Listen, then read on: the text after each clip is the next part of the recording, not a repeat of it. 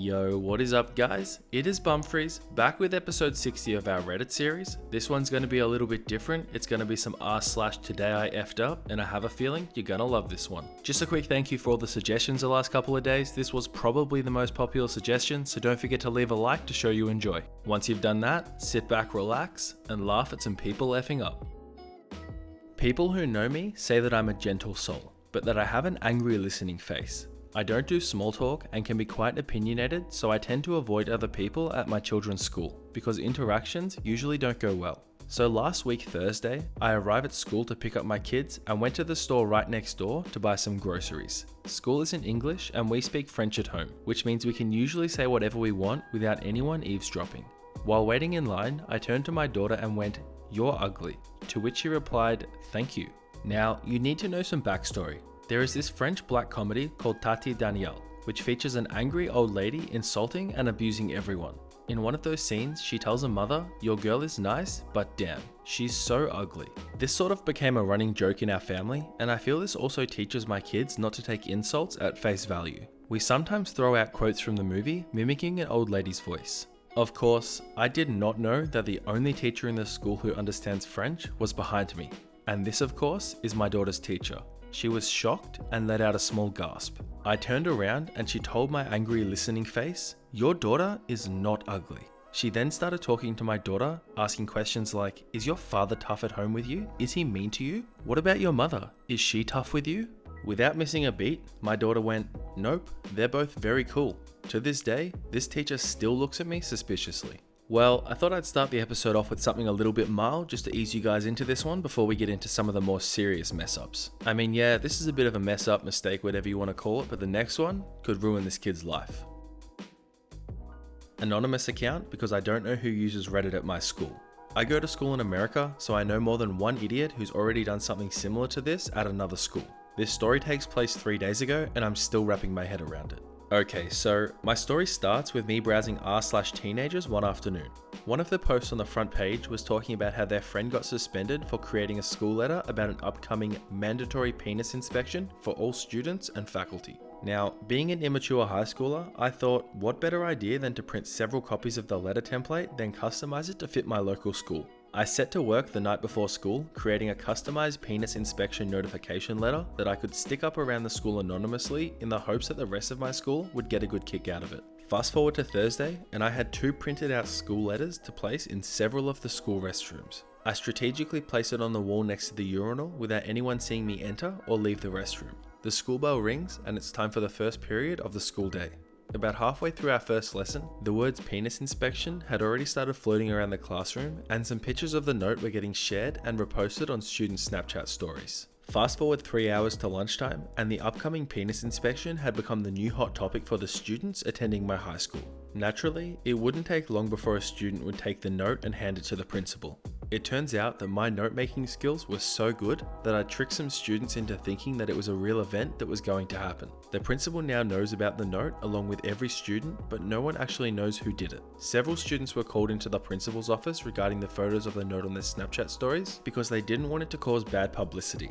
So now, the principal is on the hunt for whoever created the note. Students have begun leaking it outside of Snapchat, and it's found its way onto several meme pages, and the school is threatening legal action regarding the note because it features a government logo at the top of it. I'm pretty worried about someone somehow working out it was me who wrote and stuck up the note, along with the note spreading even more and finding its way onto more meme pages. I guess all I can do is wait for Monday to come around and hope that photos of the note don't spread any further than they already have, and hope that the school doesn't take the note any further than inside of school. There's always such a big fuss made by school principals and teachers over some of the dumbest things ever in high school. I mean, I remember when I was in high school, there would be little things like this happen all the time. Nothing major, but enough to cause a little bit of outrage within the school, and the principals would absolutely overreact like crazy. Then again, I do remember an incident of a student spray painting nearly the entire roof and somebody throwing an apple at a car window and smashing it, so maybe their overreaction wasn't such a bad idea.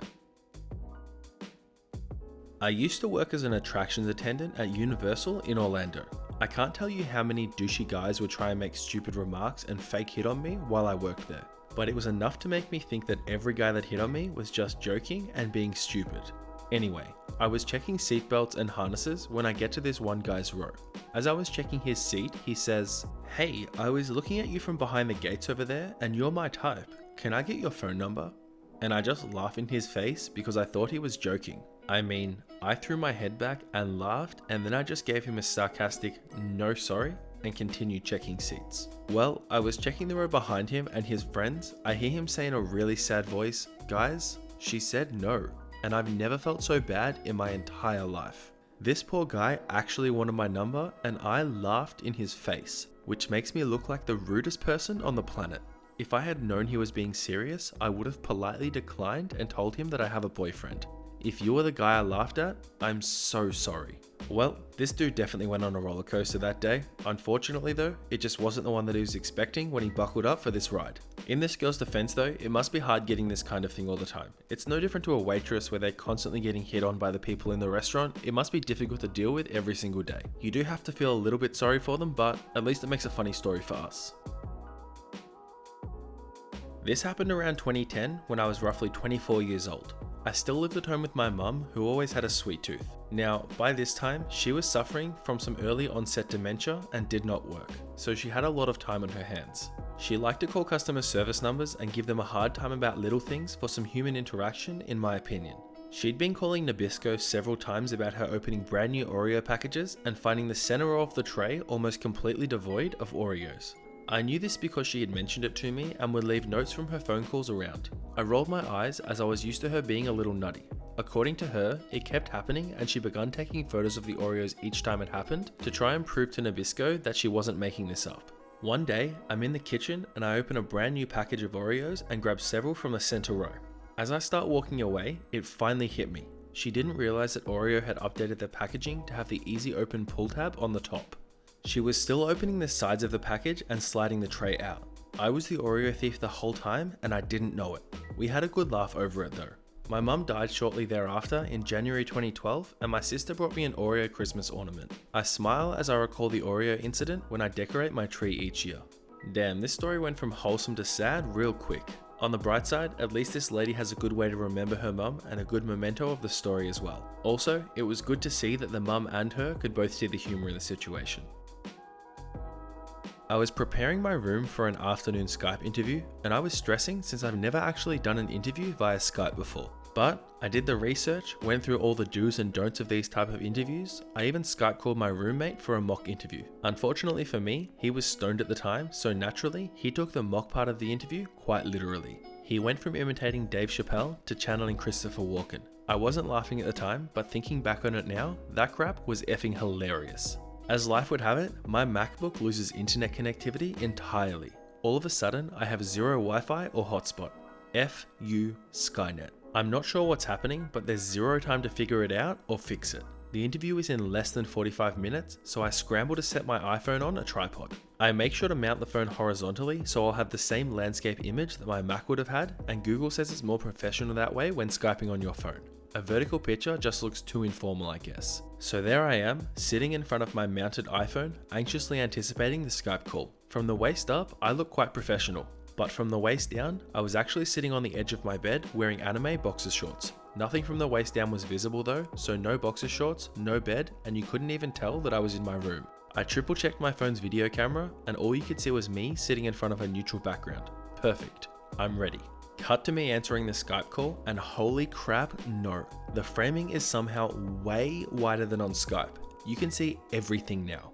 My entire bed is in frame, including the effing anime shorts that I'm wearing. You can even see the flowery curtains that I tossed somewhere in the background to make sure that I had enough light come into my room. I had also tucked a GTA San Andreas poster behind my bed, which is of a hooker licking a lollipop. That could be seen too. I could see the interviewer pause for a second as she was greeting me. I've never felt so embarrassed, but there was no way I was going to get up to readjust my camera mid-interview, so I just pretended that everything was normal, and she did too. Even though I could see she was still a little dumbfounded by the crap behind me, and of course, on me. I suppose what doesn't kill you can sometimes make you wish that it did. You know, if I was the lady interviewing, I would see this as a real power move. It's like, this is me, this is who I am, and this is what I can bring to the table. You judge me based off my personality, not off the rubbish that's behind me in the background. And then once you do hire me, I'll make sure to bring the GTA poster into work and stick it right up next to my desk. But for real, this is a story that I really want to know a little bit more about and find out if he does get the job. My friend is currently in another state right now with his girlfriend for their anniversary. We both visited the city last year and had a blast, so he decided to take her there for a nice trip. When we were down there, we went to an amazing tapas restaurant with fantastic food and wine. Yesterday he tells me that they made a reservation for today and she's really excited to go. So I'm hanging out at home, and about an hour ago he sends our group chat a picture of the sign at the restaurant with him saying, "Suck it, nerds." So now that they're at the restaurant, I got inspiration from this one scene in Always Sunny and called the restaurant. I talked to the hostess and she was totally fine with me sending a bottle of wine to their table over the phone. I tell her which wine, give her my information, and then describe him to her. He's a tall, thin ginger man with a massive beard, glasses, and his name is Greg. She puts me on hold, walks around the restaurant, comes back and tells me that she's found him and his girlfriend. Perfect. I tell her to go ahead, tell him it's from me, and to charge my card, and leave the waitress a nice tip for doing a silly thing. An hour goes by and I hear nothing in the group chat. I finally message him and ask how the tapas is, and he says, "Oh, we're not there yet. We're at the brewery getting drinks first. The reservation is later." I tell him what I just did, and everyone in the group chat loses their minds. Apparently there was someone who fit that exact description in the restaurant, and I just sent him and his girlfriend a bottle of wine from some random guy that they don't know. This is honestly 100% more hilarious than if it actually went to them. Could you imagine being this dude trying to do something nice for your friend and it coming back and biting you like this? At least these random people would have left the restaurant with a fantastic review. It would have been something along the lines of, "The food and the service was alright, but this random dude gave us a bottle of wine, so 5 stars. I wonder if he ended up giving them a bottle of wine for their actual reservation as well. Alright everyone, that is that for today's episode of Today I Effed Up. I just want to start off by saying thank you so much for watching, and I hope you enjoyed the video. I know I mentioned this at the start of the video, but I just want to say again thank you so much for all the video suggestions and recommendations. This one did get an overwhelming amount of requests, so I really do hope it met your expectations. I think what I love about this subreddit is that a lot of these stories can be genuinely funny. A lot of them aren't that depressing like the Entitled Parents stories can be, and as well, we can fit a lot more stories in this because quite frankly, they're a lot shorter than the Entitled Parents ones. But also, if I can get the feedback from you guys please as well, so make sure to leave me a comment, let me know what you thought of this episode, or even leave me a like on this video to let me know that you enjoyed it and enjoyed this subreddit. Let me know what you think of the length of this video as well. It was a little bit shorter than our Entitled Parents, but like I said, we managed to get just as many if not more posts in, so I hope that works out well. But that pretty much does wrap things up for today's video. As always, I just want to remind you that I do have a Twitter and an Instagram. They are both at Bumfries. If you want to follow me, send me a message and I'll try my best to say hi back. Otherwise, that is that for today's episode of Today I Effed Up. I just want to say again, thank you so much for watching. I hope you're all having a fantastic day, and I'll see you all tomorrow for an episode of Entitled Parents. Bye.